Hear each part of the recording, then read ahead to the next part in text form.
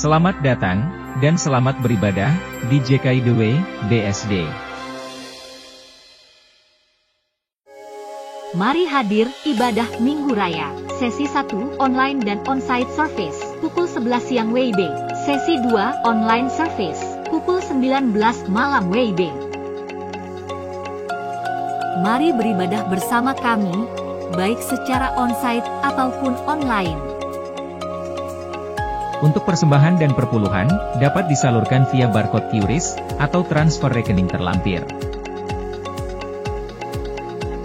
Jangan lupa untuk subscribe dan follow sosial media kami. Mari siapkan hati dan pikiran kita, selamat beribadah. Siapkan diri kita, mari sama-sama memuji, menyembah Tuhan.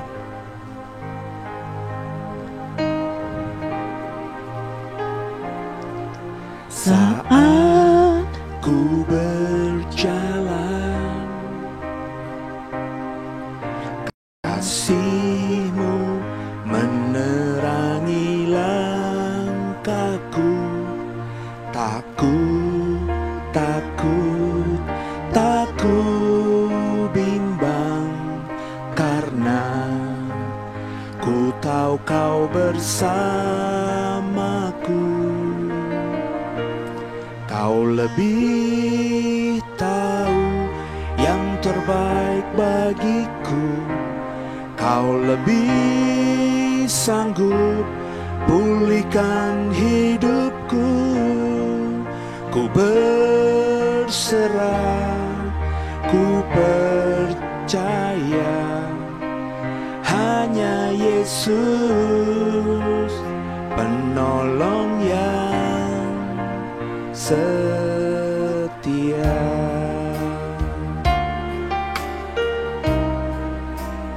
Mari sama-sama kembali kita memuji Tuhan, saudara.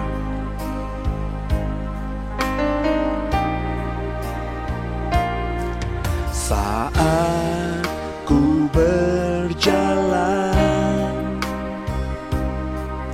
kasih-Mu menerangi langkahku.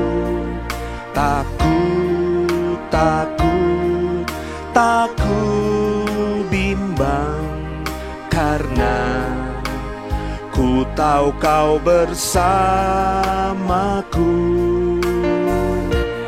Kau lebih tahu yang terbaik bagiku. Kau lebih sanggup pulihkan hidupku.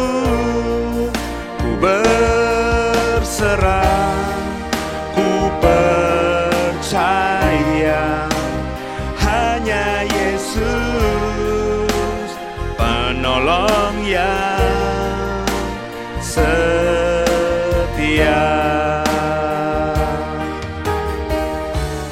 Kau lebih tahu yang terbaik bagiku. Kau lebih sanggup pulihkan hidupku.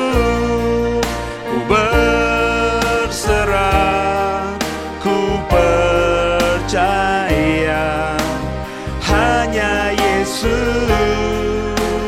penolong yang setia. Hanya Yesus penolong yang setia. Hanya Yesus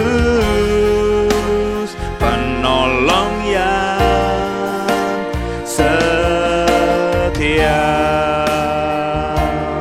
Mari sama-sama kita sembah Tuhan, saudara. Kami memuji-Mu Tuhan, Allah yang hidup, Allah yang perkasa, penasehat ajaib kami. Kami memuji-Mu, kami menyembah-Mu, Yesus Tuhan. Tiada yang seperti-Mu, Allah yang hidup. Kami mau menyembah-Mu, memuji-Mu, Sebab tiada Allah yang seperti-Mu, hanya Kau Tuhan, kekasih jiwa kami memuji-Mu. Tuhan, terima kasih buat segalanya, atas hidup kami. Sebab tiada yang seperti-Mu, kami ada untuk-Mu Tuhan, memuji-Mu, melayani-Mu, menyembah-Mu. Haleluya. Kau lebih tahu yang terbaik bagiku, Kau lebih sanggup pulihkan hidupku. Ku berserah, ku percaya, hanya Yesus penolong yang setia. Kau lebih tahu yang terbaik bagiku, Kau lebih sanggup pulihkan hidupku. Ku berserah, ku percaya, hanya Yesus penolong yang setia. Hanya Yesus penolong yang setia. Hanya Yesus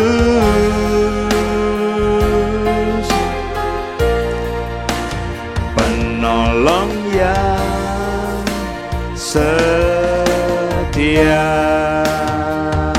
Terpujilah nama Tuhan. God bless you. Shalom semuanya, selamat hari Minggu, selamat malam. Senang kembali dalam ibadah Minggu online. Di malam hari ini saya bisa berbagi kebenaran firman Tuhan kembali bersama semua yang mau beribadah bersama JKI The Way. Dan kita masih akan melanjutkan seri pengajaran, perkataan, dan pengajaran Tuhan Yesus. Ya, ini adalah seri kedua. Jadi Bapak Ibu yang baru join pada Minggu malam ini, Bapak Ibu bisa ikuti seri pertama yang sudah diupload di Minggu malam Minggu yang lalu. Ya, jadi ada nanti mungkin belasan atau mungkin bahkan puluhan seri tentang perkataan dan pengajaran Tuhan Yesus. Sebab saya punya kerinduan orang Kristen harus paham sungguh apa yang dikatakan dan diajarkan oleh Tuhan Yesus. Karena kita adalah orang Kristen. Kristen itu kan artinya pengikut Kristus. Lucu ngakunya orang yang Kristen, pengikut Kristus, tapi perkataan dan pengajaran Yesus saja dia tidak tahu. Sebab sudah saya bilang, orang Kristen kebanyakan cuma tahu ajaran dan perkataan gerejanya. Padahal perkataan dan ajaran gerejanya belum tentu perkataan dan pengajaran Tuhan Yesus. Tundukkan kepala, kita satu dalam doa. Bapak yang baik, terima kasih buat malam hari ini kami boleh kembali beribadah di minggu ini. Dan setiap kami yang mengikuti ibadah malam ini biar diberkati Tuhan. Dan kami mau belajar tentang perkataan dan pengajaran Tuhan Yesus. Berikan kami hikmat-Mu Roh Kudus, sehingga kami paham, mengerti sungguh apa yang Yesus Tuhan kami ajarkan. Sehingga kami ke depannya, di sepanjang sisa hidup kami, bisa menjadi orang Kristen yang menghidupi kebenaran yang sejati itu. Dan kami siap beribadah, dan kami alaskan ibadah kami ini dalam nama Bapa, Putra, dan Roh Kudus, dalam nama Tuhan Yesus Kristus yang sudah mengajar kami berdoa. Bapa kami yang di surga, dikuduskanlah nama-Mu, datanglah kerajaan-Mu, jadilah kehendak-Mu di bumi seperti di surga. Berikanlah kepada kami pada hari ini makanan kami yang secukupnya, dan ampunilah akan kesalahan kami seperti kami juga mengampuni orang yang bersalah kepada kami. Dan janganlah membawa kami ke dalam pencobaan, tapi lepaskanlah kami daripada yang jahat, karena Engkau-lah yang memiliki kerajaan dan kuasa dan kemuliaan sampai selama-lamanya. Haleluya. Amin. Bapak Ibu, mari siapkan hati kita. Kita sudah memuji menyembah Tuhan tadi. Dan kita akan belajar kebenaran Tuhan, kebenaran firman Tuhan pada malam hari ini. Jadi ini adalah seri khotbah perkataan dan pengajaran Tuhan Yesus seri kedua ya Bapak Ibu ya. Saya akan ambil dari Matius pasal 3 ayat 15, sepatutnya kita menggenapkan seluruh kehendak Allah. Saya kembali mengulangi apa yang sudah saya bagikan di seri yang pertama, bahwa kita ini sebagai orang Kristen, sebagai gerejanya Tuhan sering terjebak pada doktrin. Jadi saya tidak kepengen Bapak Ibu itu mengimani sesuatu dan sebenarnya itu masih area atau cuma area tafsir atau doktrin, bukan area kebenaran. Coba kita landasi pemahaman ini dari Lukas 2 ayat 46-48 ya. Sama-sama kita baca. Kemudian datanglah beberapa orang Farisi dan ahli Taurat dari Yerusalem kepada Yesus dan berkata, "Mengapa murid-muridmu melanggar adat istiadat nenek moyang kita? Mengapa tidak membasuh tangan sebelum makan?" Tetapi jawab Yesus kepada mereka, "Mengapa kamu pun melanggar perintah Allah demi adat istiadat nenek moyangmu? Sebab Allah berfirman, hormatilah ayahmu dan ibumu, dan lagi, siapa yang mengutuki ayahnya dan ibunya pasti dihukum mati. Tapi kamu berkata, barang siapa berkata kepada bapaknya dan ibunya, apa yang ada padaku yang dapat digunakan untuk pemeliharaanmu sudah digunakan untuk persembahan kepada Allah, orang itu tidak wajib lagi menghormati bapaknya dan ibunya. Dengan demikian firman Allah kamu nyatakan tidak berlaku demi adat istiadatmu sendiri. Hai orang-orang munafik, benarkah nubuat Yesaya tentang kamu? Bangsa ini memuliakan aku dengan bibirnya, padahal hatinya jauh daripadaku. Percuma mereka beribadah kepadaku, sedangkan ajaran yang mereka ajarkan ialah perintah manusia." Bapak Ibu, kembali saya mau mengingatkan kita, di akhir zaman ini yang sering saya lihat terjadi dilakukan oleh orang percaya, orang Kristen, dan gereja. Jadi kita lebih sering memegang ajaran atau adat istiadat iman kita, adat istiadat di keluarga kita, adat istiadat di gereja kita dibandingkan dengan apa yang dikatakan oleh firman Tuhan. Di zaman Tuhan Yesus, firman Tuhan berkata, hormatilah ayah dan ibumu. Kemudian ada ajaran rabi-rabi yang mengatakan bahwa kalau kita sudah memberikan semuanya kepada Tuhan, persembahan kita berikan, persepuluhan kita sudah berikan, tanggung jawab kewajiban kita sudah kita berikan, bahkan uang yang kita siapkan untuk melayani orang tua kita di jomponya mereka, udah kita persembahkan kepada Tuhan, maka kita tidak lagi punya kewajiban untuk memelihara dan menghormati orang tua di putih rambutnya. Itu yang berlaku. Padahal tidak ada ayat yang mengatakan demikian. Tidak ada ayat yang mengatakan bahwa kalau kita sudah mempersembahkan yang terbaik kepada Tuhan, memberikan uang kita kepada Tuhan, terus kita melepaskan atau tidak lagi diikat dengan tanggung jawab kepada orang tua. Tidak ada. Firman Tuhan katakan, kalau kita mau memberikan persembahan kepada Tuhan, berikanlah yang bagiannya Tuhan. Dan firman Tuhan berikutnya, hormatilah ayah dan ibumu. Mestinya firman Tuhan ini kita kerjakan dua-duanya. Tapi karena orang Yahudi itu picik dan licik, maka mereka bisa berkata, kami nggak lagi mau meladeni orang tua atau menghidupi orang tua di putih rambutnya ketika sudah jompo. Sebab uang yang kami siapkan untuk mereka sudah kami berikan kepada Tuhan. Dan Tuhan bilang apa? Munafik. Kamu beribadah kepadaku tampaknya, tapi kamu lebih mendengarkan ajaran nenek moyangmu, adat istiadatmu, yang merupakan perintah manusia daripada mendengarkan perintah Tuhan. Kalau Bapak Ibu mau jujur, hari-hari ini apa yang kita imani, yang kita sebut iman itu kebanyakan adalah tafsir atau pengajaran gereja. Bukan firman Tuhan. Kita lebih pegang ajaran gereja kita yang notabene area tafsir daripada ajaran firman Tuhan. Firman Tuhan mengatakan bahwa kita harus memuji Tuhan dengan roh dan kebenaran. Gereja kita mengajarkan kalau menyembah Tuhan harus memakai alat-alat musik tertentu. Harus piano, tidak boleh full band. Harus full band, tidak boleh piano. Padahal itu tidak ada di Alkitab. Tapi kita jadikan kebenaran. Sehingga ketika kita beribadah di gereja kita, yang tadinya hanya menggunakan piano saja atau single keyboard saja, tiba-tiba pas dalam satu ibadah kita menggunakan full band, kita bilang, ini bukan kebenaran. Ini bukan kita. Ini bukan gereja. Ini seperti diskotik. Padahal tidak ada firman Tuhan yang mengatakan harus menggunakan alat musik A, B, C, D. Yang ada adalah sembahlah Tuhan dalam roh dan kebenaran. Pujilah Dia dalam roh dan kebenaran. Nah, kita sering lebih memegang ajaran gereja kita yang tidak alkitabiah dibandingkan ajaran firman Tuhan itu sendiri. Nah, saya ingin kita membuka wawasan. Itu kenapa penting saya mengajarkan ini. Mengajarkan apa yang disebut dengan perkataan dan pengajaran Tuhan Yesus. Saya mau bertanya dulu, seperti saya sudah lakukan di minggu yang lalu. Adakah saudara yang mendapati gerejamu mengajarkan tentang perkataan dan pengajaran Yesus secara sistematis? Sudahkah sebagai orang Kristen yang bertumbuh di sebuah gereja puluhan tahun, kau mendapatkan pengajaran tentang semua perkataan dan pengajaran Tuhan Yesus? Kalau boleh jujur, saya berani yakin, mungkin sedikit sekali gereja yang mengajarkan perkataan dan pengajaran Yesus secara sistematis, alias semuanya. Tentu gereja mengajarkan perkataan dan pengajaran Yesus, tapi ayat-ayat tertentu saja. Penekanan-penekanan tertentu saja yang dianggap penting oleh gereja itu untuk diajarkan. Tapi tidak pernah diajarkan secara keseluruhan. Seperti minggu lalu, saya berkhotbah tentang aku harus berada dalam rumah Bapakku. Itu perkataan Yesus yang Yesus perkatakan ketika dia usia 12 tahun kepada bapak dan ibunya yang mencari-cari dia selama 3 hari. Kehilangan Yesus. Ternyata Yesus ditemukan di bait Allah. Sedang berdiskusi, sedang belajar dengan ahli-ahli kitab di sana. Berapa banyak gereja yang mengajarkan perkataan Tuhan Yesus ini? Kebanyakan tidak diajarkan. Kenapa? Nggak penting itu perkataan anak kecil, perkataan anak 12 tahun. Sama dengan apa yang kita mau bahas ini. Sepatutnya kita menghidupi seluruh kehendak Allah.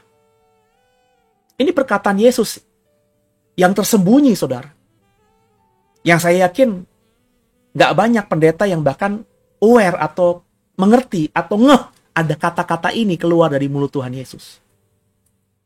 Dan dengan segala keterbatasan saya, tentu sebagai manusia saya punya keterbatasan, saya mulai belajar untuk memahami perkataan dan pengajaran Yesus. Dan akhirnya saya beranikan diri untuk mengajar ini kepada saudara.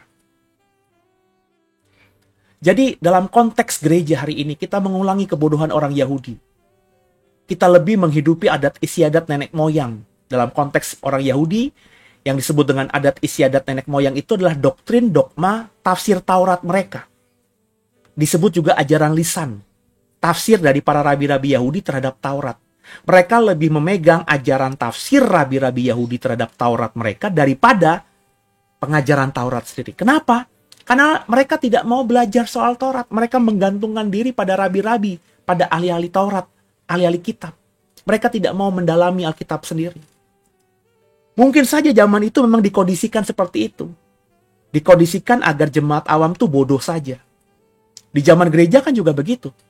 Yang berhak berkhotbah, yang berhak menafsirkan Alkitab adalah yang disebut dengan pendeta, bishop, bruder, romo, suster, yang disebut dengan biarawan, biarawati saja atau agamawan saja. Orang awam nggak boleh menafsirkan itu. Makanya di zaman abad-abad awal sampai abad-abad belasan, yang namanya Alkitab itu tidak dimiliki oleh keluarga-keluarga Kristen. Orang-orang Kristen di abad itu kalau ke gereja, datang cuma bawa badan aja. Di gereja nyanyi, udah ngikutin aja apa yang disampaikan oleh gereja. Gereja mau nyanyi lagu ini, ya jemaat nyanyi lagu itu. Gereja mau khotbah ini, ya jemaat cuma terima saja, nggak ada pilihan. Jadi ada salahnya gereja juga yang membuat jemaat bodoh. Ya. Sama mengulangi kebodohan orang-orang Yahudi. Di mana orang-orang Yahudi di zaman Tuhan Yesus juga dibuat bodoh. Mereka hanya dikondisikan untuk mendengarkan perkataan dan pengajaran rabi-rabi. Sehingga akhirnya yang lebih mereka pahami, yang lebih mereka ingat, yang mereka hidupi dan mereka jalankan adalah pengajaran rabi, tafsiran rabi dibandingkan dengan Taurat itu sendiri. Dan ini sungguh-sungguh menggelitik hati saya. Saya berontak. Dan saya mau menjadi bagian yang tidak mengikuti kebodohan itu. Kalau saya ajar seperti ini, maka tentu ke depannya bisa saja banyak orang nanti nggak mau dengarkan saya karena merasa Pak Seno mengajarkan kita harus belajar Alkitab sendiri. Maka belajar Alkitab nggak butuh pendeta, nggak butuh pengkhotbah. Berarti orang yang dengarkan saya akan semakin sedikit. Saya nggak apa-apa selama itu faktanya. Selama memang orang nggak cari pendeta karena orang-orang Kristen sudah mau menggali Alkitabnya sendiri bersama dengan Roh Kudus dan diterangi oleh kebenaran Roh Kudus. Kalau itu yang terjadi, maka saya bersuka cita. Ya. Karena memang itu goal saya, mengajar saudara untuk bisa memahami kebenaran sendiri. Nggak bergantung lagi kepada orang. Nah, sebagai murid Yesus, kita harus fokus mempelajari dan memahami, menghidupi apa yang Yesus perkatakan dan ajarkan kepada kita. Nah, tentunya yang dicatat di Alkitab. Sebab kalau ngomongin, ada nggak perkataan dan pengajaran Yesus yang tidak ada di Alkitab? Ada tentunya. Ada. Sebab ada juga Injil-Injil yang tidak kanon kan? Ada kitab-kitab yang tidak kanon kan? Itu ngajarin atau cerita soal Yesus tapi tidak dalam kanon, tidak di kanon. Tidak masuk dalam kumpulan kitab-kitab yang ada di Alkitab kita yang jumlahnya 66 itu. 39 PL, 27 PB. Ada juga cerita Yesus di Al-Quran misalnya. Ya tentu tidak kita imani itu semuanya. Karena yang kita imani adalah Alkitab. Alkitab adalah firman Tuhan. Sola Scriptura, hanya satu firman, yakni Alkitab kita. Nah karena saya prinsipnya begitu, bahwa Alkitab itu adalah firman Tuhan, dan Alkitab itu adalah kebenaran satu-satunya, maka saya hanya mengajarkan perkataan dan pengajaran Yesus yang ada di Alkitab saja. Yang di tempat lain, yang di luar Alkitab, saya abaikan. Maaf, itu prinsip. Jadi, bagi saya Alkitab itu cukup. Jadi kita harus belajar memahami mana yang firman Tuhan, Bapak Ibu. Dan mana yang tafsir, doktrin, dan dogma. Ini saya sudah ulang-ulangi hampir 2-3 tahun ini dengan keras di Mimbar The Way. Bahwa Bapak Ibu harus paham mana yang namanya firman Tuhan, mana yang area tafsir, area doktrin, area dogma. Jadi kita harus jadi orang Kristen yang beriman radikal, menggunakan logika dan nalar yang sehat. Nah untuk itu Alkitab harus direnungkan dengan sungguh, bukan cuma dibaca. Alkitab itu harus direnungkan siang dan malam, kata pemazmur, supaya Bapak Ibu jadi orang yang diberkati seperti pohon yang ditanam di tepian aliran sungai.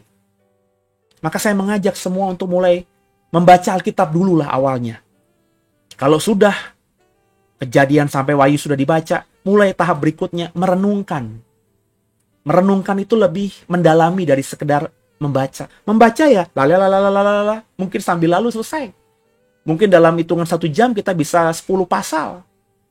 Tapi kalau merenungkan, nggak mungkin 1 jam bisa 10 pasal. Kalau merenungkan, bisa saja 1 jam, hanya 1 ayat saja. 1 ayat direnungkan 1 jam aja, mungkin saja tidak cukup. Mungkin 1 jam itu hanya bisa merenungkan 1 kata saja di ayat Alkitab tertentu. Karena merenungkan butuh penggalian, merenungkan butuh kontemplasi, merenungkan butuh wawasan, butuh bicara, butuh mengendapkan, dan seterusnya, dan seterusnya. Dan saya berharap Bapak Ibu mulai hari ini menjadi jemaat-jemaat Kristen yang mulai merenungkan firman Tuhan. Matius 3 ayat 15 tadi berkata demikian. Lalu Yesus menjawab katanya kepadanya, biarlah hal itu terjadi. Karena demikianlah sepatutnya kita menggenapkan seluruh kehendak Allah, dan Yohanes pun menurutinya. Yohanes di sini adalah Yohanes Pembaptis, Bapak Ibu. Ini adalah perkataan yang diucapkan Yesus ketika mau dibaptis Yohanes. Mungkin satu-satunya perkataan Yesus yang dicatat oleh Alkitab kita, dicatat oleh Injil dalam hal ini Matius 3 ayat 15. Yakni perkataan Yesus satu-satunya ketika dia dibaptis oleh Yohanes di sungai Yordan itu. Sebab yang kita tahu kan, perkataan yang kita ingat terucap di dalam pembaptisan itu kan perkataan yang dari surga, dari Bapa. Inilah anakku yang kukasihi, kepadanya lah aku berkenan. Mungkin juga kita ingat perkataan Yohanes Pembaptis. Lihat, itulah anak domba Allah ketika Yesus menghampiri dia untuk dibaptis di sungai Yordan. Tapi kita mungkin tidak mencatat atau mungkin tidak memperhatikan ada perkataan Yesus ini. Yesus berkata, ya, konteksnya Matius 3 ayat 13-14, ayat-ayat di atas ayat 15. Firman Tuhan berkata demikian. Maka datanglah Yesus dari Galilea ke Yordan kepada Yohanes untuk dibaptis olehnya. Tapi Yohanes mencegah dia, katanya, akulah yang perlu dibaptis olehmu, dan engkau yang datang kepadaku. Itulah perkataan Yohanes. Yohanes berusaha menolak dengan baik-baik, dengan halus. Mestinya aku yang dibaptis olehmu. Engkau yang datang kepadaku. Kenapa Yohanes berkata demikian? Ada banyak tafsir. Mungkin saja dia berkata dalam Roh Kudus. Dia tahu siapa Yesus itu. Tapi kalau kita belajar untuk memakai logika saja, Yohanes tentu sudah kenal siapa Yesus. Sebab ibu mereka itu sepupuan. Maka mereka juga sepupu jauh. Besar kemungkinan di masa kecil masing-masing pernah saling bermain bersama. Yesus dibawa Maria ibunya mengunjungi Yohanes yang memiliki ibu Elisabet. Atau mungkin juga Elisabet ketika Maria melahirkan membawa Yohanes Pembaptis yang masih usia bulanan menjumpai Yesus dan bayi Yesus. Atau di waktu-waktu kemudian mereka saling mengunjung ketika mereka sudah masa kanak-kanak atau masa remaja. Karena ibu mereka masing-masing adalah sepupu dan Elisabet tahu siapa Maria. Karena pernah dicatat dalam kitab Injil ketika Maria mengunjunginya ketika Elisabet hamil 6 bulan. Salamnya Maria kepada Elisabet membuat bayi dalam kandungan Elisabet yakni Yohanes Pembaptis melonjak. Elisabet berkata, "Siapakah aku ini sehingga ibu tuanku memberikan salam kepadaku dan anakku ini meloncat karena sukacita." Kurang lebih begitu kalimatnya. Jadi Yohanes Pembaptis sudah mungkin dapat informasi dari ibunya Elisabet bahwa itu sepupu jauhmu, tantemu Maria akan melahirkan orang hebat. Ya, ketika Maria mengunjungi aku ketika ibumu ini mengandungmu Yohanes, anakku, salam Maria itu membuat dirimu melonjak-lonjak. Maria, aku dapat dari Roh Kudus akan melahirkan anak luar biasa. Dan mungkin juga kita ingat Bapak Ibu ya, bahwa Zakaria juga ketika akhirnya bisa bicara setelah mulutnya terbuka, ketika dia akhirnya memberikan nama Yohanes kepada anaknya ini, dia sudah bernubuat bahwa anakku ini akan membuka jalan bagi Tuanku, gitu kan? Jadi Yohanes Pembaptis mungkin sudah kenal siapa Yesus. Makanya ketika Yesus menghampirinya, perkataan Yohanes Pembaptis, "Akulah yang perlu dibaptis engkau," karena dia sudah tahu dari ibunya bahwa Yesus ini akan jadi orang lebih luar biasa daripada dirinya. "Dan engkau yang datang kepada aku?" Tapi jawaban Yesus itu yang saya kasih headline pakai warna merah itu. "Biarlah hal ini terjadi karena demikianlah sepatutnya kita menggenapkan seluruh kehendak Allah. Meskipun kau berkata, aku yang lebih layak membaptis engkau dibandingkan engkau membaptis aku, tapi sepatutnya kita melakukan apa yang memang Allah kehendaki, yakni aku harus dibaptis oleh engkau." Inilah perkataan konteks aslinya. Pengertian konteks aslinya. Sepatutnya kita menggenapkan seluruh kehendak Allah, itu maksudnya, ya Yohanes Pembaptis harus membaptis Yesus. Ini diucapkan Yesus dalam kedewasaan usia. Kalau minggu lalu kita mempelajari perkataan Yesus, "Aku harus di dalam rumah Bapakku," ini perkataan anak 12 tahun. Tapi perkataan Yesus sepatutnya kita menggenapkan seluruh kehendak Allah ini diucapkan Yesus di usia yang sangat dewasa. Usia 30 tahun. Ketika dia mau dibaptis Yohanes. Jadi perkataan Yesus ini harus dimaknai oleh kita lebih dalam lagi.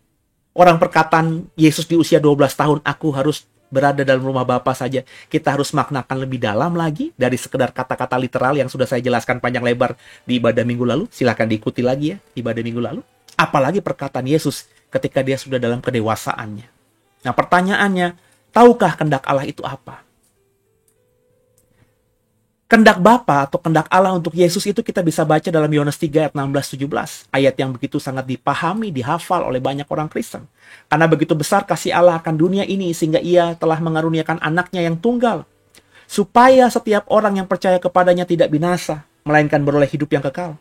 Sebab Allah mengutus anaknya ke dalam dunia, bukan untuk menghakimi dunia, melainkan untuk menyelamatkannya oleh dia. Jadi kehendak Bapa untuk Yesus dalam ayat ini jelas. Agar Yesus menyelamatkan dunia. Sebab Allah, yang saya kasih garis bawah, sebab Allah mengutus anaknya ke dalam dunia untuk menyelamatkan dunia. Inilah kehendak Bapa untuk Yesus lakukan sebagai seorang manusia. Agar dunia diselamatkannya. Bicara dunia, itu bicara manusia. Karena di dalam dunia, makhluk yang paling spesial yang Tuhan ciptakan adalah manusia. Karena manusialah yang diciptakan segambar serupa dengan Allah, kemudian dihembuskan nafas hidup, nafas hayat ke dalam hidung manusia oleh Tuhan. Ada roh Allah dalam diri manusia. Jadi sepatutnya kita menggenapkan seluruh kehendak Allah, Bapak Ibu. Ini adalah perkataan yang diucapkan Yesus ketika dia sudah dewasa. Saya sangat sadar dan berani berkata bahwa Yesus tahu apa yang menjadi kehendak Bapa terhadapnya. Ketika dia berkata, sepatutnya kita mengenapkan seluruh kehendak Allah, dia sadar banget itu. Perkataan itu artinya apa? Secara literal, harfiah tadi, Yohanes, sepupuku, kau harus membaptis aku. Karena inilah kehendak Allah yang harus terjadi. Jadi jangan lagi bilang, kamu gak layak. Jangan lagi bilang, aku harus yang membaptis engkau, bukan kau membaptis aku. Tapi inilah kehendak Bapa. Lakukanlah. Tapi bukan itu saja. Ya. Kita tahu tadi, kita sudah dalami lagi, kehendak Bapa untuk Yesus apa? Agar Yesus menyelamatkan dunia. Jadi Yesus tahu kehendak Bapa untuk dia itu apa. Kalau kita baca Yohanes 4 ayat 34, kata Yesus kepada mereka, makananku ialah melakukan kehendak dia yang mengutus aku dan menyelesaikan pekerjaannya. Jadi dari Yohanes 4 ayat 34, kita bisa menemukan informasi valid, fakta Alkitabiah, bahwa Yesus paham sekali apa yang menjadi kehendak Bapa untuk dia lakukan. Makanya dia berkata, makananku ialah melakukan kehendak dia yang mengutus aku dan menyelesaikan pekerjaan yang diberikan dia kepada. Gak mungkin Yesus tidak tahu kehendak Bapa untuk dia lakukan apa. Dengan berkata demikian. Dengan dia berkata ini, yang tercatat dalam Yohanes 4:34, kita bisa memahami dengan sungguh bahwa Yesus benar-benar paham dan tahu sekali apa sebenarnya yang harus dia lakukan sebagai kehendak Bapa itu. Yakni untuk menebus dosa manusia, menyelamatkan dunia, menyelamatkan manusia dari dosa. Kekasih Tuhan, biji mata Tuhan. Di usia 30 tahun itulah Yesus menemukan kedewasaan berfikirnya, berimannya. Itu yang menuntun dia karena pemahaman bahwa dia tahu kehendak Bapa untuk dia lakukan apa. Itu yang membawa dia akhirnya kepada Yohanes. Itu yang mengarahkan langkah kakinya menuju ke sungai Yordan mencari Yohanes untuk dibaptis. Yohanes 6 ayat 38-40 berkata demikian. Sebab aku telah turun dari surga bukan untuk melakukan kehendakku. Itu kata Yesus. Tapi untuk melakukan kehendak Bapa, dia yang telah mengutus aku. Dan inilah kehendak dia, kehendak Bapa yang telah mengutus aku, yaitu supaya dari semua yang telah diberikannya kepadaku, jangan ada yang hilang. Tapi supaya aku bangkitkan pada akhir zaman. Sebab inilah kehendak Bapakku, yaitu supaya setiap orang yang melihat anak dan yang percaya kepadanya beroleh hidup yang kekal, supaya aku membangkitkannya pada akhir zaman. Jadi clear. Dari beberapa ayat yang saya sudah bukakan dan saya singkapkan untuk saudara. Ketika Yesus berkata, sepatutnya kita melakukan kehendak Bapa atas kita. Yesus tahu sekali apa kehendak Bapa yang harus dia lakukan sebagai manusia di bumi ini. Yesus tahu sekali kehendak Bapa agar setiap orang yang melihat aku dan percaya kepadaku itu hidup kekal. Dan akhirnya aku nanti membangkitkan mereka pada akhir zaman. Kehendak Bapa untuk aku agar semua yang diberikan Bapa kepadaku itu jangan ada yang hilang, jangan ada yang binasa. Maka caranya Yesus harus menebus mereka supaya mereka nggak hilang, nggak lenyap, nggak mati, nggak binasa. Di usia 30-an inilah kita bisa menafsirkan Yesus memahami ini. Dan ketika dia dibaptis, ketika suara dari surga berkata, inilah anakku yang kukasihi, kepadanya aku berkenan. Kemudian tampaklah Roh Kudus seperti merpati turun hinggap di atas kepala Yesus. Maka semakin dia penuh dengan Roh Kudus. Semakin dia penuh dengan Roh Allah. Semakin dia memahami tentang panggilan Tuhan untuk dia apa. Panggilan Bapa untuk dia apa. Semakin dia punya kepekaan. Semakin dia hidup karena mengerti apa yang Bapa inginkan untuk dia lakukan. Sehingga dalam sisa hidupnya 3,5 tahun berikutnya berkali-kali Yesus berkata, aku dalam Bapa, Bapa dalam aku. Aku tinggal dalam Bapa, Bapa tinggal dalam aku. Aku dan Bapa satu. Kenapa? Karena Yesus tahu panggilan untuk Bapa apa. Dan dia berusaha mengerjakannya secara presisi. Jadi ketika Yesus berkata sepatutnya kita menggenapkan seluruh kehendak Allah, ia sudah tahu kehendak Bapa untuknya itu apa, Bapak. Kehendak Bapa untuk dia itu apa? Yesus sangat paham. Yesus sangat tahu. Ayat-ayat yang saya bukakan tadi menunjukkan betapa tahunya Yesus tentang apa yang harus dia kerjakan di sisa hidupnya yang disebut dengan kehendak Bapa itu. Coba kita baca Matius 16 ayat 21, saudara. Bersama saya ya. Sejak waktu itu, Yesus mulai menyatakan kepada murid-muridnya bahwa ia harus pergi ke Yerusalem dan menanggung banyak penderitaan dari pihak tua-tua, imam-imam kepala, dan ahli-ahli Taurat, lalu dibunuh dan dibangkitkan pada hari ketiga. Semakin Yesus tinggal dalam Bapa, Bapa tinggal dalam dia. Semakin Yesus tahu kehendak Bapa untuk dia lakukan apa. Mungkin di awalnya Yesus tahu bahwa kehendak Bapa agar dia menyelamatkan dunia, menebus umat pilihannya, agar orang-orang, manusia-manusia yang sudah diserahkan Bapa kepadanya tidak binasa, tidak hilang. Tapi caranya seperti apa? Semakin hari, semakin Yesus tahu caranya untuk menyelamatkan manusia yang sudah Bapa serahkan kepadanya agar nanti bisa dibangkitkan di akhir zaman. Caranya adalah dengan mati bagi mereka. Jadi pemahaman ini semakin lama semakin tajam. Inilah yang saya bilang kedewasaan rohani yang harusnya dimiliki oleh setiap kita. Setiap manusia yang hidupnya tinggal dalam Tuhan, Tuhan tinggal dalam kita, itu akan menjadikan manusia ini semakin hari semakin paham, semakin tajam, semakin mengerti apa yang dia harus kerjakan sebagai kehendak Bapa untuk dia lakukan di bumi ini apa. Yesus tahu apa yang menjadi kehendak Bapa. Ia harus mati untuk menebus dosa manusia. Makanya dia ucapkan itu. Ya. Aku tahu aku akan dibunuh dan dibangkitkan pada hari ketiga. Ini kan bukan perkataan yang muncul di awal-awal dia pelayanan, tapi sudah mendekati akhir dari 3,5 tahun itu. Kenapa harus dibunuh?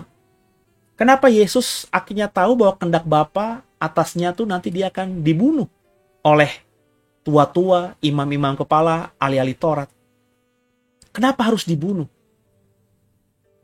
Karena ini untuk menggenapi apa yang dinubuatkan oleh Alkitab, dalam hal ini perjanjian lama.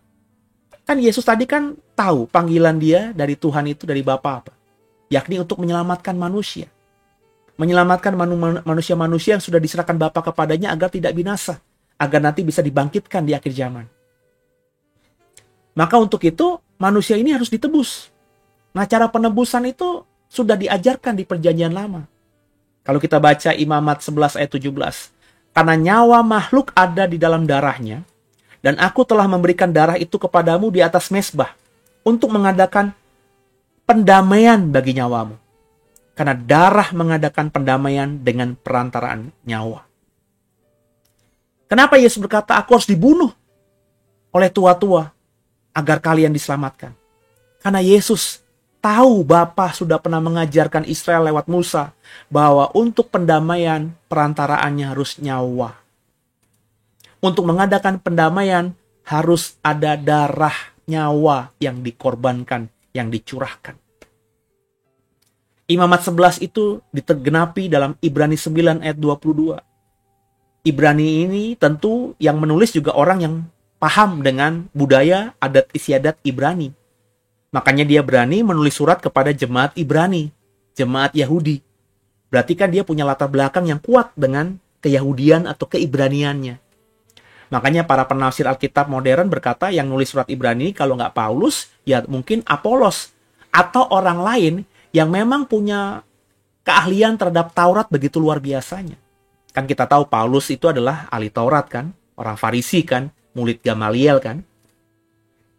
Apolos juga dapat informasi kita di Alkitab dari apa namanya? Kok tiba-tiba saya ngeblank. Di Mesir Alexandria. Sebuah pusat Yahudi di luar Yerusalem yang paling kuat, dan Alexandria adalah kota pelajar. Jadi orang Yahudi yang di sana tentu sangat terpelajar, baik dalam ilmu pengetahuan maupun terhadap Taurat. Jadi Ibrani ini adalah surat yang memang sangat kental dengan keyahudiannya. Apa kata Ibrani 9 ayat 22? Demikian firman Tuhan.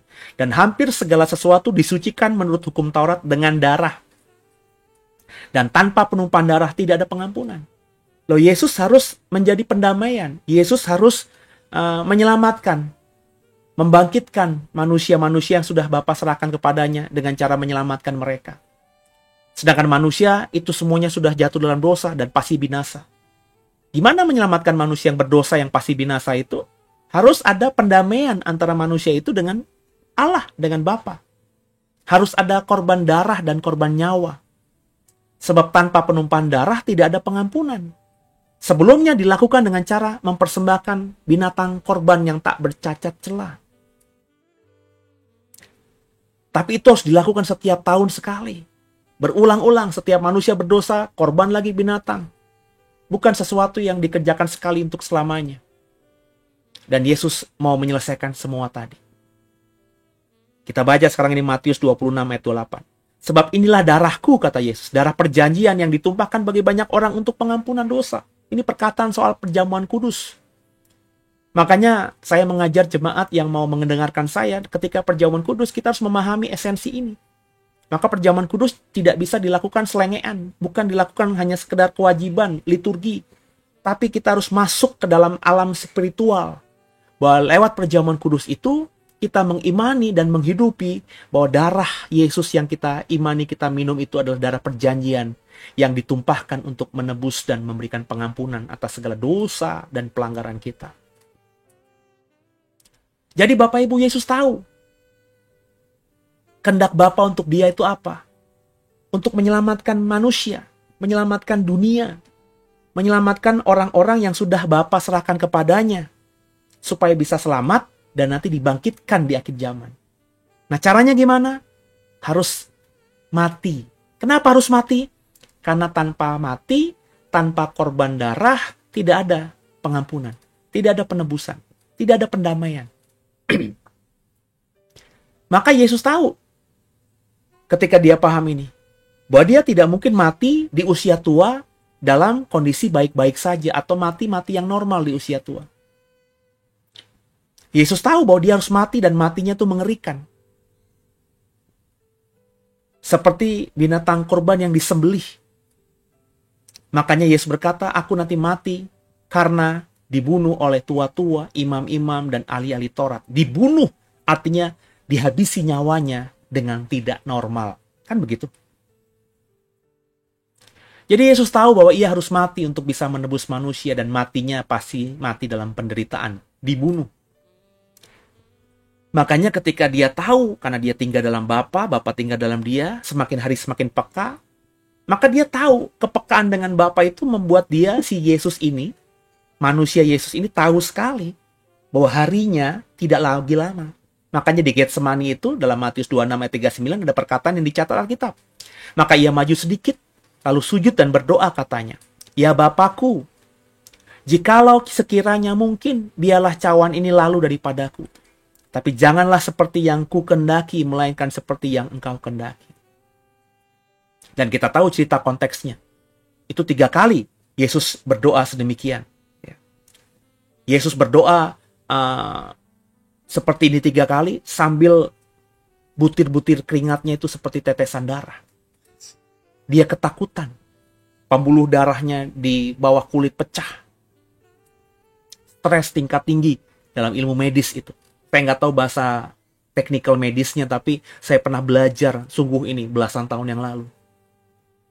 Bahwa memungkinkan seorang manusia itu darahnya atau keringatnya seperti darah.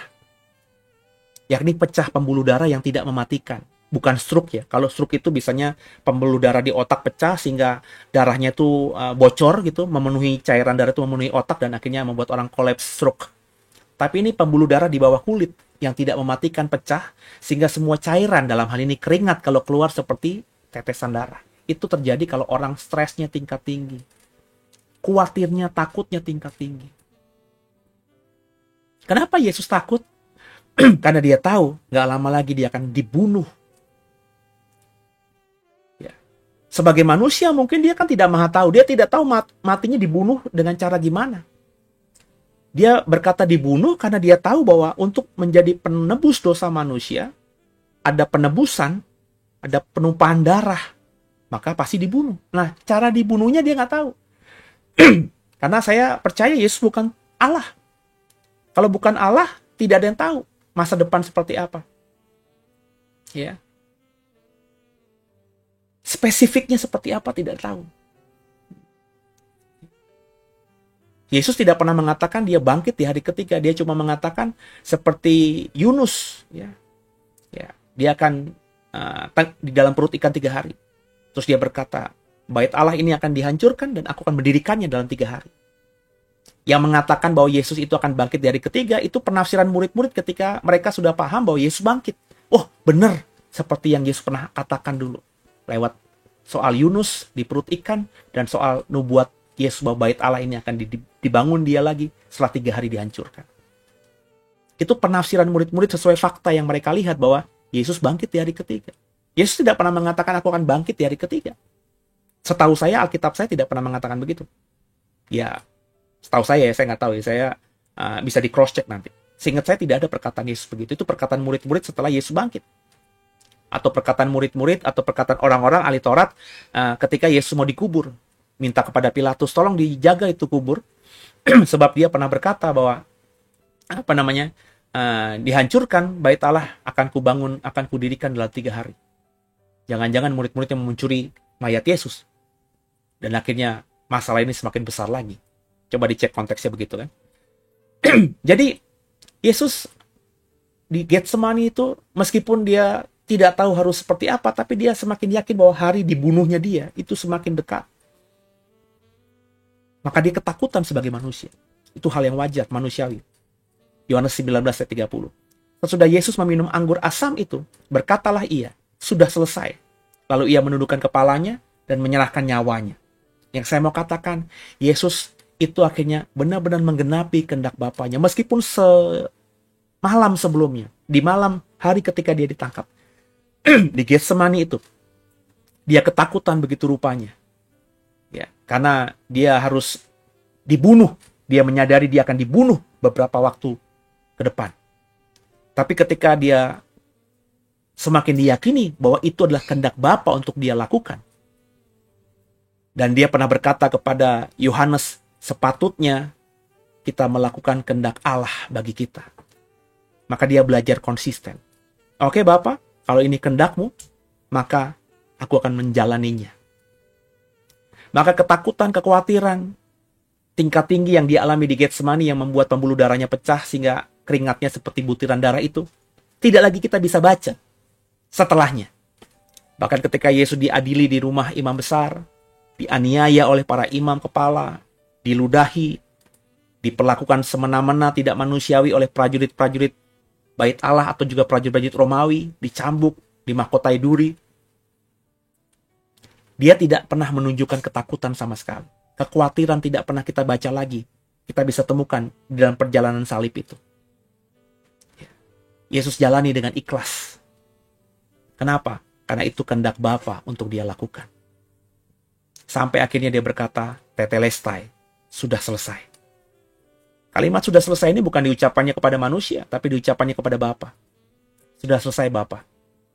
Kehendak-Mu untuk aku lakukan, sudah kulakukan. Mati, dibunuh, mencurahkan darah untuk menyelamatkan dunia. Untuk membuat orang-orang yang sudah Kau serahkan kepadaku bisa diselamatkan dan dibangkitkan nantinya di akhir zaman. Dengan kesadaran itu kita mengerti bagaimana perasaan Yesus.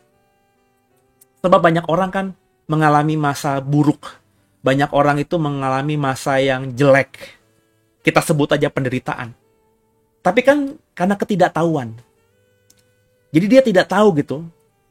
Hari esok bagaimana? Oke, gue susah. Hari esok tapi gimana? Dia nggak tahu. Nah, Yesus itu bukan Tuhan, bukan Allah gitu ya. Tapi dia memiliki kepekaan. Karena dia hidup kudus, maka dia tinggal dalam Bapa, Bapa tinggal dalam dia. Orang yang hidup kudus, nggak mau berdosa, hanya mau melakukan kehendak Bapa, itu pasti peka, punya kepekaan tingkat tinggi. Secara spiritual itu tajam. Makanya ada orang-orang tertentu yang punya kepekaan tajam. Ya, nubuatannya tuh bukan main kayak judi, cap-cip-cup, kembang kuncup begitu, tapi spesifik. Ya, ada orang-orang tertentu. Saya harus akui ada nabi-nabi tertentu, meskipun tidak semua orang yang mengaku nabi adalah nabi kalau bagi saya. Sebab ada banyak orang yang mengaku nabi dan diberi nama nabi oleh banyak orang, dari 1000 nubuatannya terjadi 100. 900-nya nggak terjadi. Apakah itu nabi? Enggak. Kalau nabi, utusan Tuhan, dia memperkatakan nubuatan yang dari Tuhan, maka kalau dari Tuhan, kalau dia bernubuat 1000 kali, maka 1000-1000-nya pasti tergenapi. Ya. Saya banyak dinubuatkan orang, saudara. Ada yang nubuatannya tergenapi, ada yang tidak. Ya. Kalau yang tidak, ya saya berarti mengatakan dia bukan nabi. Sebab kalau dia berkata-kata tentang saya, tentang masa depan saya, bahwa saya akan mengalami A, B, C, D, dan masa depan yang disebutkan tahunnya itu sudah terjadi, bahkan sudah lewat, dan saya tidak mengalami A, B, C, D itu, maka apa yang disebut nubuatannya itu palsu, nabi palsu. Ya. Saya selalu menguji dengan waktu, saudara. Tidak banyak memang nabi-nabi atau orang yang disebut nabi yang menubuatkan saya, tapi ada beberapa. Sebelum nubuatannya tergenapi, masih dalam kurun waktu nubuatan itu akan terjadi, saya masih simpen nama mereka di handphone saya. Tapi ketika saya ingat banget sudah lewat waktunya dan tidak ada sesuatu yang terjadi seperti yang dinubuatkannya, saya langsung ngeblok atau buang nomor teleponnya itu. Ya, saya bilang, ngapain ngotorin handphone saya? Ngapain saya nyimpen nomor telepon orang yang bernubuat tapi nubuatannya tidak tergenapi? Nabi palsu, saudara. Ya. Sebab seorang nabi itu ketika bernubuat, nubuatnya pasti terjadi, nggak mungkin meleset. Perhatikan semua nabi-nabi perjanjian lama, semua nubuatan mereka, baik nubuatan perkataan yang baik maupun nubuatan perkataan yang buruk, semuanya terjadi seperti yang mereka nubuatkan. Jadi, kita harus berani bersikap, Bapak Ibu. Yesus, karena dia tinggal dalam Bapa, Bapa tinggal dalam dia, dia punya kepekaan. Dan dia paham sekali bahwa dia harus mati untuk menyelamatkan dunia, menyelamatkan manusia. Dan ketika sudah dikerjakannya, dia harus dibunuh, sebab harus ada penumpahan darah, pengorbanan nyawa, untuk adanya penebusan dosa, adanya pendamaian, dan dia sudah lakukan. Dia berkata kepada Bapaknya, sudah selesai Bapa. Luar biasa ya.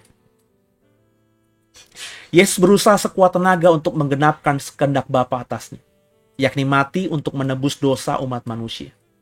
Meski itu sangat berat, tapi ia kerjakan dengan tuntas dan sempurna. Pengajaran dan perkataan Tuhan Yesus yang tercatat di Alkitab, sepatutnya kita menggenapkan seluruh kehendak Allah. Itu bisa juga kita kerjakan, Bapak Ibu. Caranya bagaimana? Caranya kita harus tahu dan menghidupi panggilan Bapa untuk kita itu apa. Maka hari ini saya mengajak saudara untuk mengetahui panggilan saudara itu apa. Untuk mengetahui panggilan saudara itu apa, ada banyak ukurannya, Bapak Ibu. Pertama, Bapak Ibu bisa bertanya langsung kepada Tuhan, kepada Roh Kudus.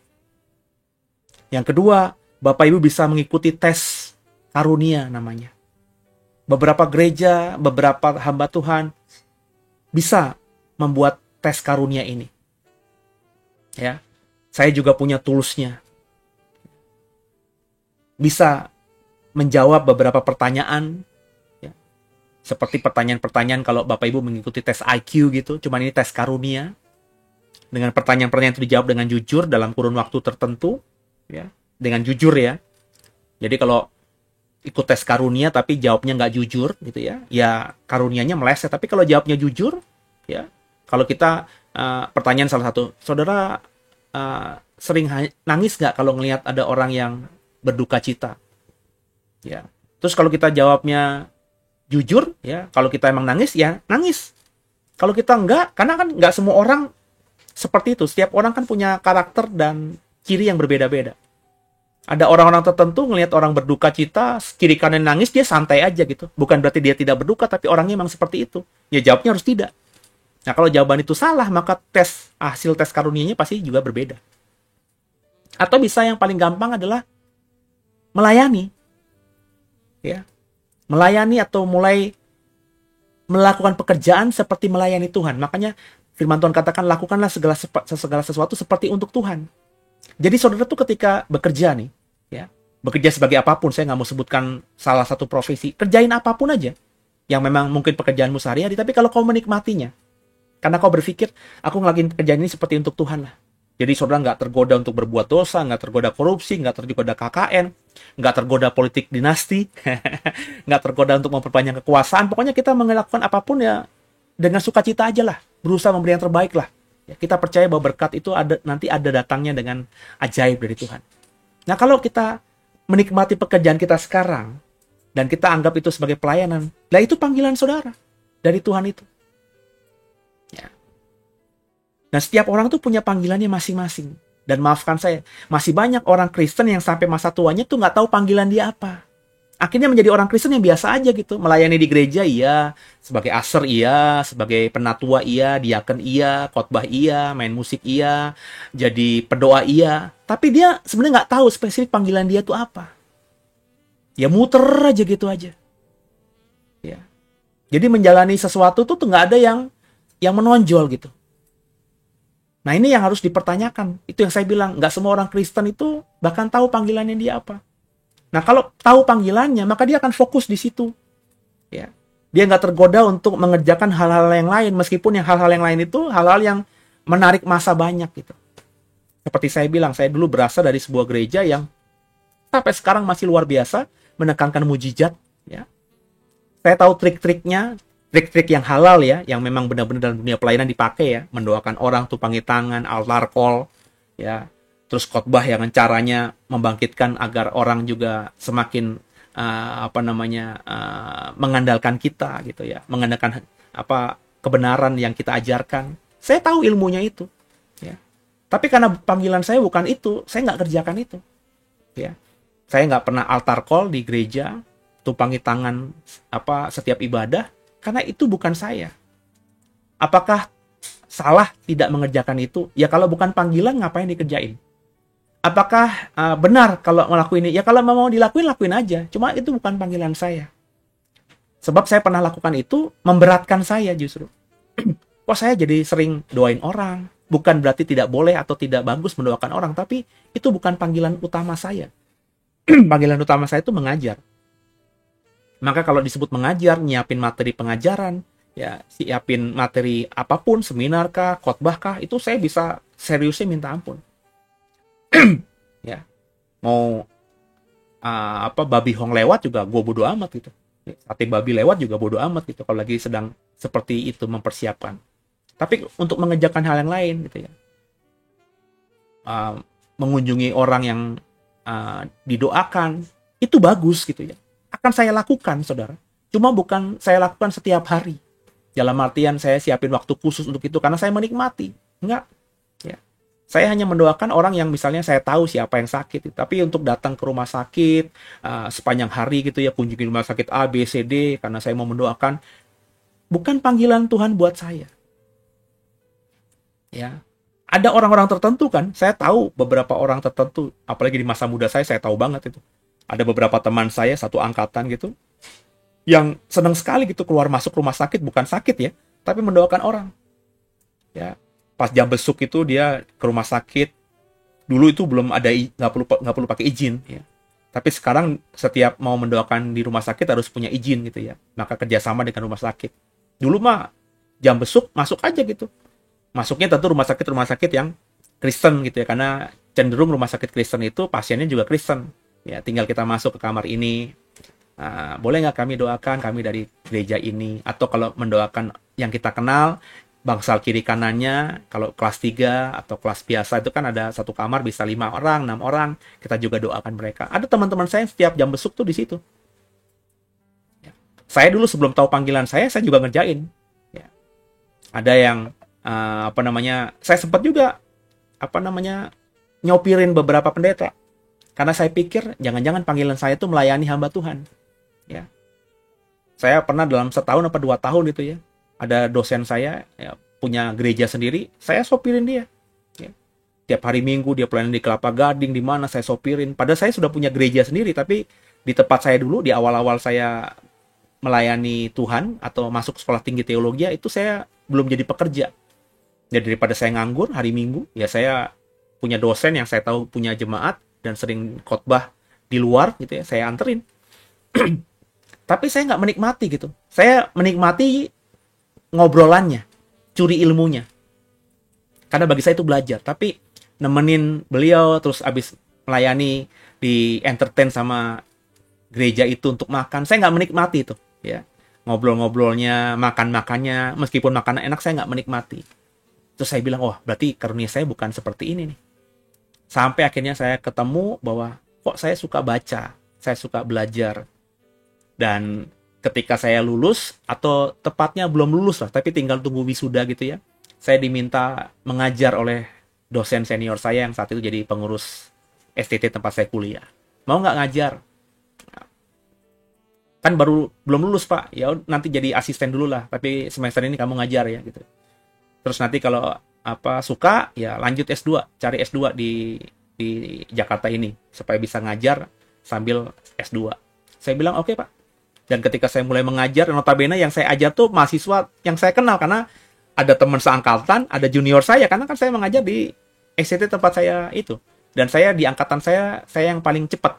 Jadi saya sudah di wisuda, seangkatan saya itu di wisudanya tahun berikutnya. Dan paling cepat yang paling banyak itu 2 tahun, 3 tahun berikutnya. Jadi mereka lulusnya 5 tahun, 6 tahun, saya 3,5 tahun dan selesai. Jadi saya sempat mengajar mereka yang ketika angkatan semester pertama satu bangku, ya, satu kelas, tiba-tiba saya lulus duluan karena saya ngambil malam pagi gitu. Saya lulus duluan, saya mengajar mereka. Saya masih ingat saya mengajar eskatologi doktrin akhir zaman kepada teman-teman seangkatan saya, bayangin Bapak Ibu. Ya. Tapi saya menikmati, nggak ngerasa minder, padahal itu teman-teman yang usianya ada yang lebih tua dari saya. Ya, karena saya diberikan wewenang, dikasihkan tugas, dan ini bukan maunya saya, bukan ilegal tapi legal gitu ya, ada surat tugasnya. Ya. Dan saya ditunjuk untuk menjadi pengajarnya, meskipun masih mengasistensi tapi faktanya saya mengajar gitu. Ya. Dan saya menikmati, saya mengajar. Maka sejak saat itu saya menghidupi. Nah, apa panggilan Bapak Ibu? Nah, biasanya kalau pekerjaan kita hari ini kau nikmati, ya. Kau menikmatinya berarti tidak merasa ada beban, nggak pernah merasa capek, tapi menikmati benar-benar. Nah, itu panggilan Tuhan. Hidupi di situ. Jadi, kalimat Tuhan Yesus, sepatutnya kita menggenapkan seluruh kehendak Allah itu mestinya dipraktekkan oleh setiap kita orang percaya juga. Yesus tahu, ya, kehendak Allah untuk kehendak Bapa untuk dia itu apa? Mati, dibunuh, supaya darahnya dicurahkan, supaya ada pengampunan dosa. Sebab tanpa pencurahan darah tidak ada pengampunan. Maka dia lewati itu semuanya dengan ikhlas. Karena itu panggilan. Karena itu kehendak Bapa untuk dia.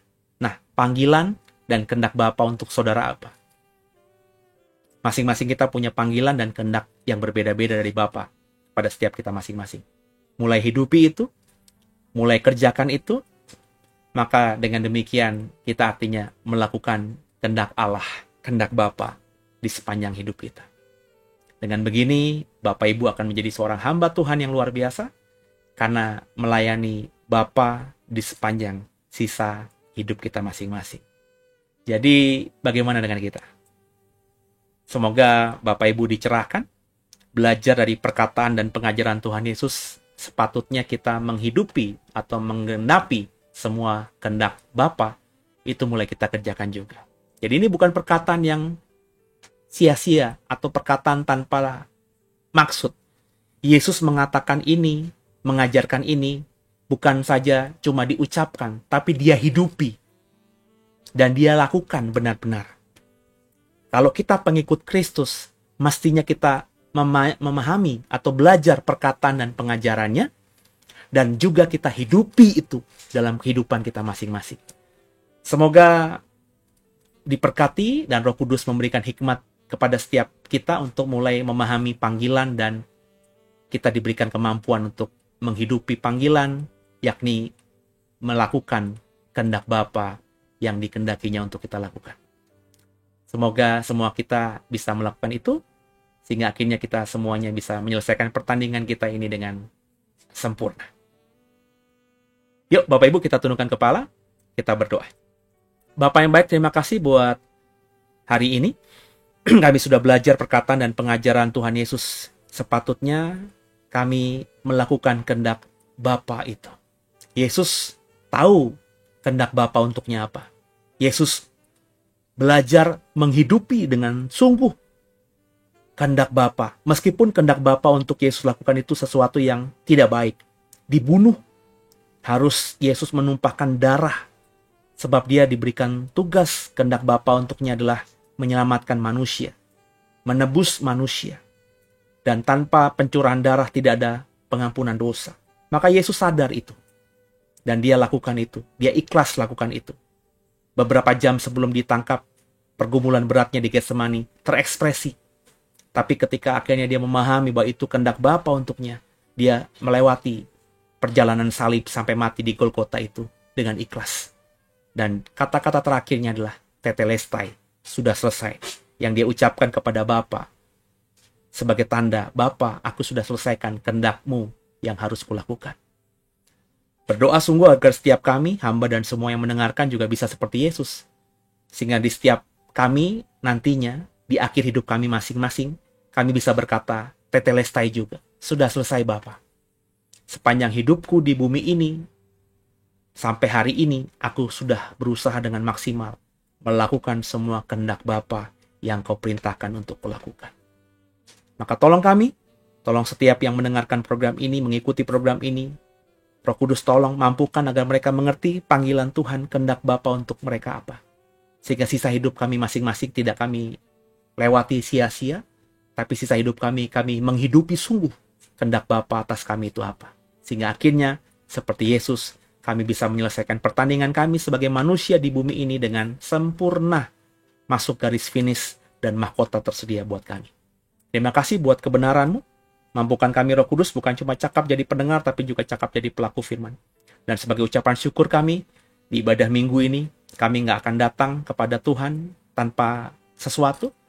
Sebab firman Tuhan katakan kami harus membawa sesuatu. Tidak boleh datang kepada Tuhan dengan tangan hampa. Maka ini persembahan kami, rupiah kami. Beberapa kami ingin mengembalikan persepuluhan, persembahan khusus, persembahan buah sulung atau apapun namanya Tuhan. Sucikan setiap persembahan kami ini, rupiah kami ini, sehingga ketika kami berikan kepada Tuhan lewat gereja JKI2, persembahan kami ini seperti layaknya dupa yang harum dan menyenangkan hati Tuhan. Itulah kerinduan kami, di sepanjang sisa hidup kami masing-masing, hidup kami ini semakin menyenangkan hati Tuhan. Terimalah persembahan syukur kami ini. Haleluya. Yang siap memberikan persembahan syukur, Bapak Ibu siapkan dengan sungguh, berikan dengan sukacita, maka apa yang kau tabur, itu pasti yang akan kau tuai. Silakan memberi, ada nomor rekening yang tersedia, ada QRIS juga yang tersedia, silakan memberi dengan sukacita. Haleluya.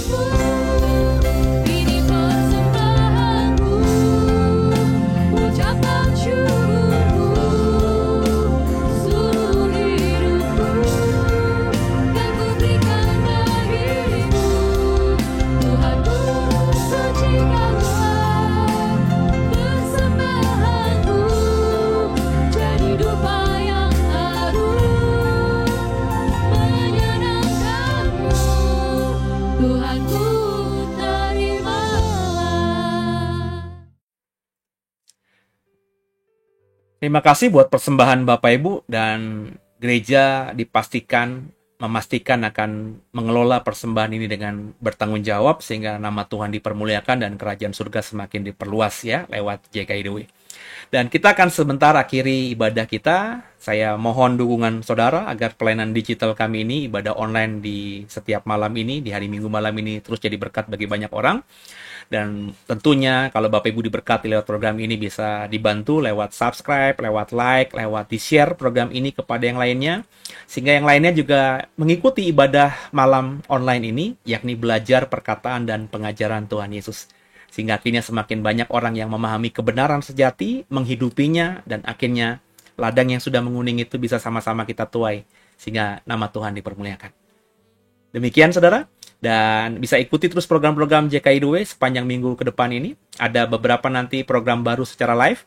Saya tepatnya akan di minggu ini, di beberapa hari akan live. Ada yang di Facebook, ada yang di YouTube, ada yang di Instagram, dan juga ada yang di TikTok. Untuk itu, sosial media kami Bapak Ibu bisa follow, bisa subscribe, supaya setiap kami live atau buat program, notifikasinya ada di handphone saudara, di komputer saudara, sehingga saudara tidak ketinggalan untuk mengikuti program-program yang pastinya nanti akan menjadi berkat bagi banyak orang. Gitu ya.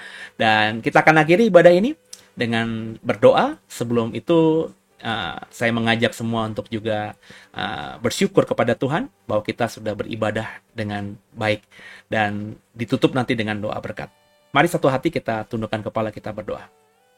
Bapak yang baik, terima kasih buat malam hari ini kami sudah mendengarkan firman Tuhan. Kami sudah juga berdoa dan bahkan memuji menyembah Tuhan. Dan saat ini kami mau bersyafaat buat bangsa negara kami. Doa kami agar Indonesia diberkati Tuhan. Kami sudah melewati pilpres pemilu. Siapapun yang terpilih nantinya ketika sudah ditentukan dengan fix oleh KPU, biarlah kami juga sebagai hamba Tuhan mau mendoakan pemerintahan selanjutnya. Dan kami doa Indonesia diberkati Tuhan. Kami juga doa gereja-gerejamu semakin diberkati Tuhan. Kami juga berdoa agar setiap orang percaya diberkati. Karena firman Tuhan berkata bahwa orang benar, tanah bumi yang dipijaknya, tanah bumi yang diberkati Tuhan. Kami doa agar semakin banyak orang percaya yang jadi berkat bagi bangsa negara ini, jadi terang, jadi garam, sehingga nama Tuhan dipermuliakan. Dan kami juga doa agar pelayanan JKIDW semakin diberkati. Kerinduan kami untuk menjadi gereja yang punya pelayanan digital yang terbaik, Tuhan. Tuhan tolong dengar, bantu kami, agar mimpi, cita-cita ini bisa tergenapi. Rindu ada tim yang solid, dengan orang-orang yang semakin punya hati untuk melayani dalam digital ini, baik secara materi maupun secara teknisnya Tuhan. Kami rindu Tuhan pertemukan kami dengan orang-orang yang dikirim Tuhan untuk melengkapi tim kami ini, sehingga kedepannya pelayanan digital kami ini semakin jadi berkat, nama Tuhan dipermuliakan. Terima kasih Tuhan Yesus, ampuni salah dosa kami. Yesus Kristus, Kaulah Tuhan Juru Selamat kami yang hidup, dan ke dalam tangan-Mu lah kami serahkan tubuh, jiwa, dan roh kami. Kami percaya di hari pertama di minggu ini, di hari Minggu ini kami sudah mencari Tuhan, maka tergenapilah janji Tuhan atas hidup kami. Sisanya akan Tuhan tambahkan. Jika kami dulu mencari kerajaan Allah dan kebenarannya, maka semuanya akan ditambahkan, itu kata Tuhan. Maka sepanjang Senin, Selasa, Rabu, Kamis, Jumat, Sabtu, Minggu ini, kami akan jadi pribadi yang diberkati Tuhan dengan berlimpah-limpah, dan kami bisa jadi berkat bagi banyak orang, nama Tuhan dipermuliakan. JKIDW kembali lagi Tuhan, kami doa agar diberkati, semua kebutuhannya dicukupi, sehingga semua apa yang dikerjakannya, apa yang direncanakannya bisa Tuhan buat berhasil. Terima kasih Bapa, kekasih Tuhan, arahkan hatimu dan terimalah berkat terbaik dari Tuhan Yesus Kristus. Seperti Tuhan memberkati Abraham, Ishak, dan Yakub, berkat yang sama kita terima dalam nama Tuhan Yesus Kristus. Kita semua diberkati jadi kepala, nggak pernah jadi ekor, naik nggak pernah turun. Apa yang dikerjakan Tuhan buat berhasil. Dan biarlah mulai malam hari ini damai sejahtera dari Allah Bapa, cinta kasih dari Tuhan Yesus Kristus, serta persekutuan yang manis mesra intim dengan Roh Kudus selalu menyertaimu, menyertaiku, keluargamu, keluargaku, mulai malam hari ini sampai nanti Maranatha, ketika Tuhan Yesus jemput kita semua di awan-awan kemuliaan, dan dibawanya kita masuk dalam kerajaan surga kekal selama-lamanya. Yang diberkati yang percaya katakan dengan iman, amin. Sampai jumpa dalam program berikutnya dan dalam ibadah minggu depan. Ya, Tuhan Yesus memberkati semuanya. Haleluya.